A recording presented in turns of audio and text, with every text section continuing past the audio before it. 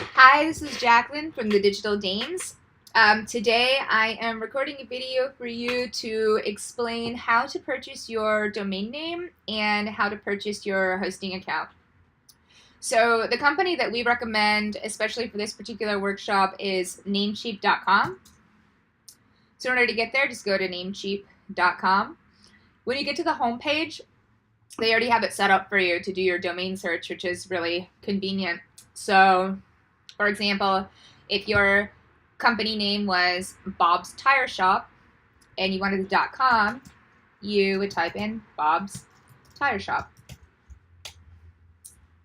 Oh, I typed in Bob. I guess that would be plural. But either or, it works.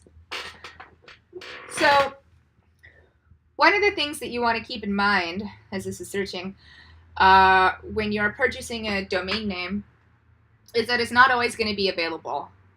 A lot of people have purchased .coms up to this point, and some of them being domainers who buy 10,000 domains at once in order to resell them back to people for more money as an investment.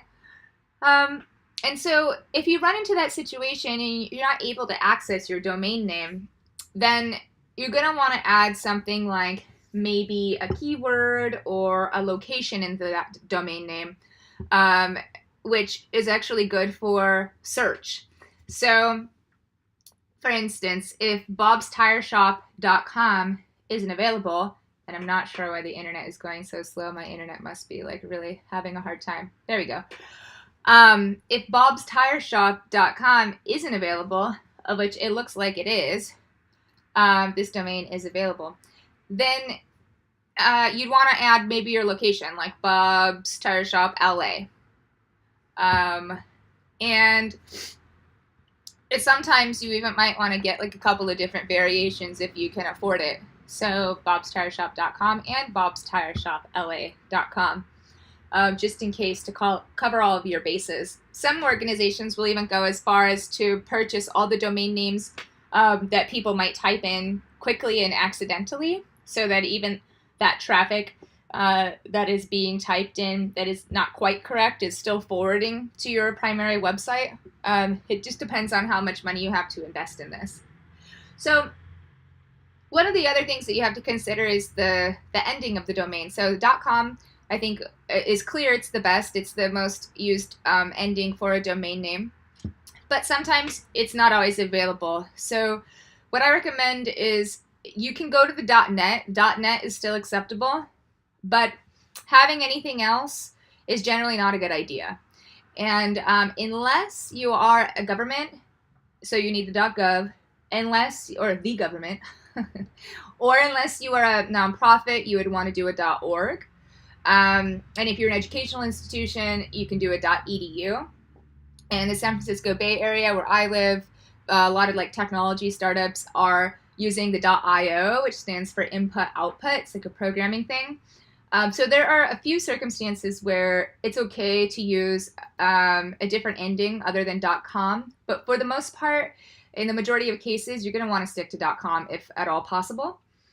Another thing that you want to keep in mind is when you're purchasing a domain is that you as the business owner register yourself as the owner of the domain. So don't give somebody else power over your domain, because it really is like owning property.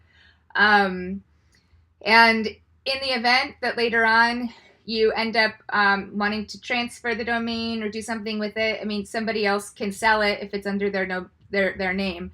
Also, something to consider is that your website is, your domain name is something that is more valuable over time. So as you build marketing campaigns and create links that go to your website and update content, and the different engines and algorithms are reading that content, and it's growing and growing in this network of the internet, other pieces of the internet are recognizing that, and it's gaining value. So it might be going up in the search results on Google.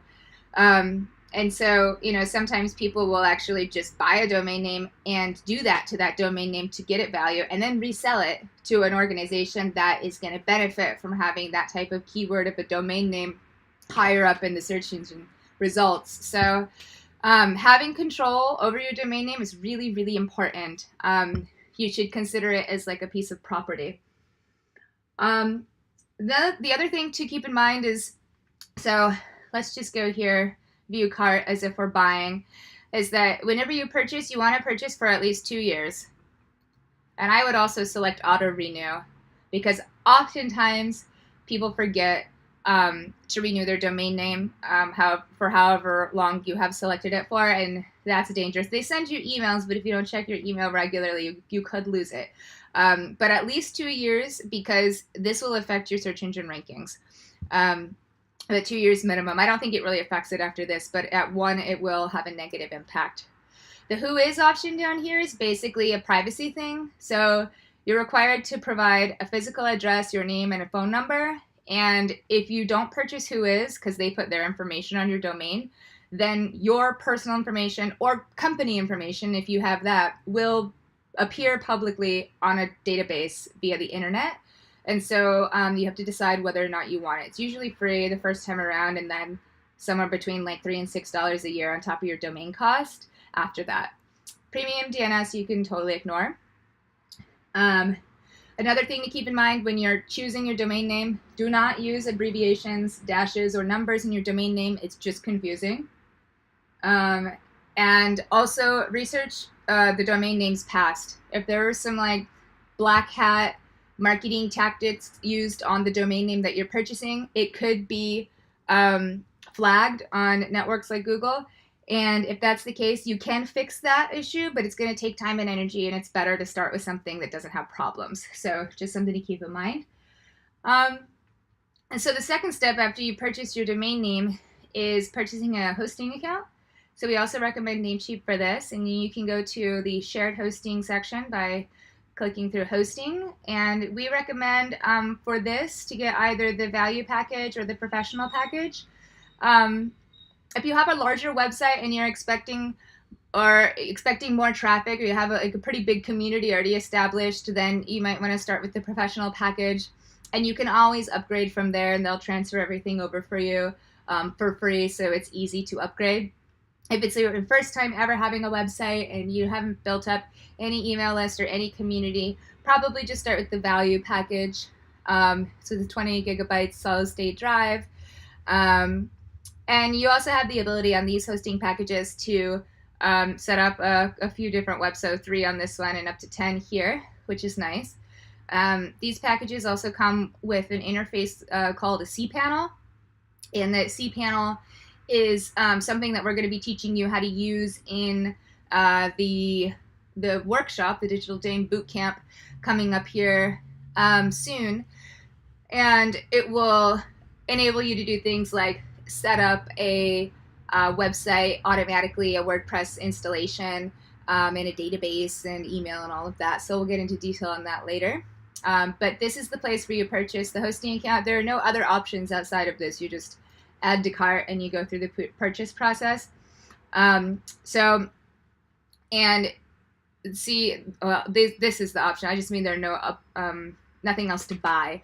But once you have your domain name, and it's nice to have these in the same account because then it makes it easier. You want to attach that domain name to this hosting account, and so bobstiresshop.club is the example. So then I would have these connected in my account. This hosting account would be applied to that domain name.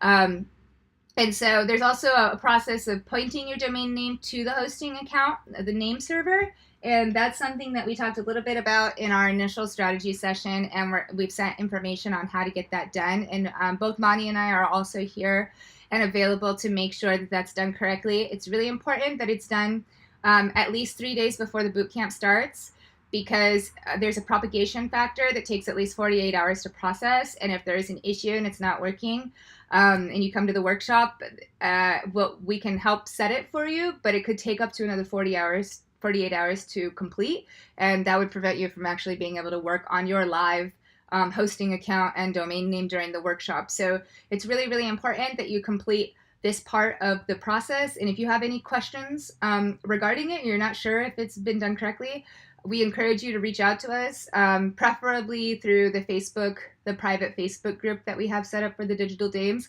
and you should have that link in the emails that we've been sending out. So we're really excited to see you, and thank you so much. Bye.